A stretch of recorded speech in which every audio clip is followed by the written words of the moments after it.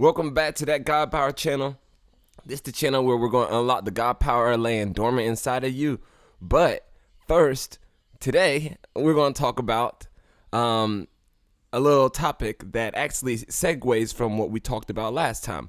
So if you haven't seen the last video, I'll put the link in the description below. You should probably click on that and go check out the last video. It's basically me wrapping up the end of Galatians. But just to give you a synopsis and to also segue into today's topic, Galatians was a letter from Paul to the Galatians telling them that by practicing traditions of the Jewish customs, they're not getting any closer to Jesus, or they're not getting saved by Jesus. They're not getting saved by God. There's no salvation in practicing those customs. The salvation comes in believing in Jesus through faith. So the salvation comes by faith. And I wanted to use that as the segue into today's topic, which is faith. Because oftentimes in our lives, we have fears, which I believe is the opposite of faith. And your fears, sometimes they serve you and whatnot, but faith is your vehicle to control your surroundings. And people don't understand that. And I guess some people do, because the New Age movement comes out and they're talking about, law of attraction. Literally, that is based on faith. All they're doing is watering down Christ's message and taking Christ out of it. Like, it's faith. And Jesus Christ said that you can move mountains with the right amount of faith. And I understand that now. But when I was a child, I didn't. I'm like, I cannot move this mountain. I'm trying to make this mountain move and it won't move. Yes, and I definitely tried that shit, because that's what kind of child I was. And that's what kind of dude I am still now. The mountain didn't move when I was a child because my preconceived notion that mountains don't move. Still, I have that belief today. Therefore, the mountain won't move until I can overcome that belief. And that's the power of faith and belief. So in order to correct your faith and make sure your faith is aligned with what you want, you have to go and reassess all of your beliefs. What do you believe? Do you believe that it's possible? If it's possible, then yes, you can do it. Do you believe that it's not possible? Well, sadly, if you believe that it's not possible, then faith does not have a vehicle by which it can take hold and make shit come to fruition.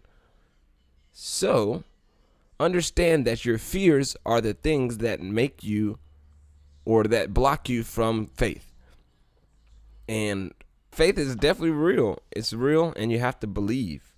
And that's the tool by which faith comes to fruition, belief. So, I'm going to lay down the steps of making something come true, and you can test me on it. You can go practice it at home. But it's also, if you want to go to the Bible, it's biblical. It's in Mark. It's whatever you pray for, you have to believe in. So here's the steps. First, step number 1. Determine in your mind what it is that you want. Do you want to do better at your job? Do you want to have more money in your bank account? Do you want to, it's like whatever you want to have. Pray for it. Meaning, ask God. Meaning, understand what the God is. Have a relationship with the God. And communicate with the God your desire. Believe that your desire is on its way. Believe that your desire is already here as soon as you pray. And according to Mark in the Bible, it's going to come true. Mark 11:24, I believe, is the verse. But it will come true. So believe in whatever you pray and it'll come true. So step 1, determine what it is that you want. Step 2, pray, meditate on it, think about it. Step 3, believe that it's already yours. Step 4 is yours. And that's the 4 steps of faith. If you can practice those, do it on small things. Like what I used to do is I used to try it on like the traffic light. I would have faith that the traffic light was green. And you know what? I don't. It's weird, but a lot of times it would just turn, and I would have faith that I had a parking spot when I got home. And I live in LA, and I have street parking, and there was always a parking spot.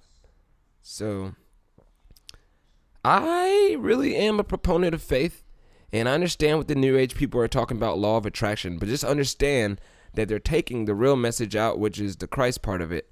So you can have faith, but you have to have faith through Christ so that all things are possible. Understanding this is understanding your God power, and being rooted in God and Christ will give you that extra power and confidence going forward in life. And not only will it give you power and confidence, but literally power, like God powers, like supernatural type powers. And the deeper that you get in, the deeper that your powers can become.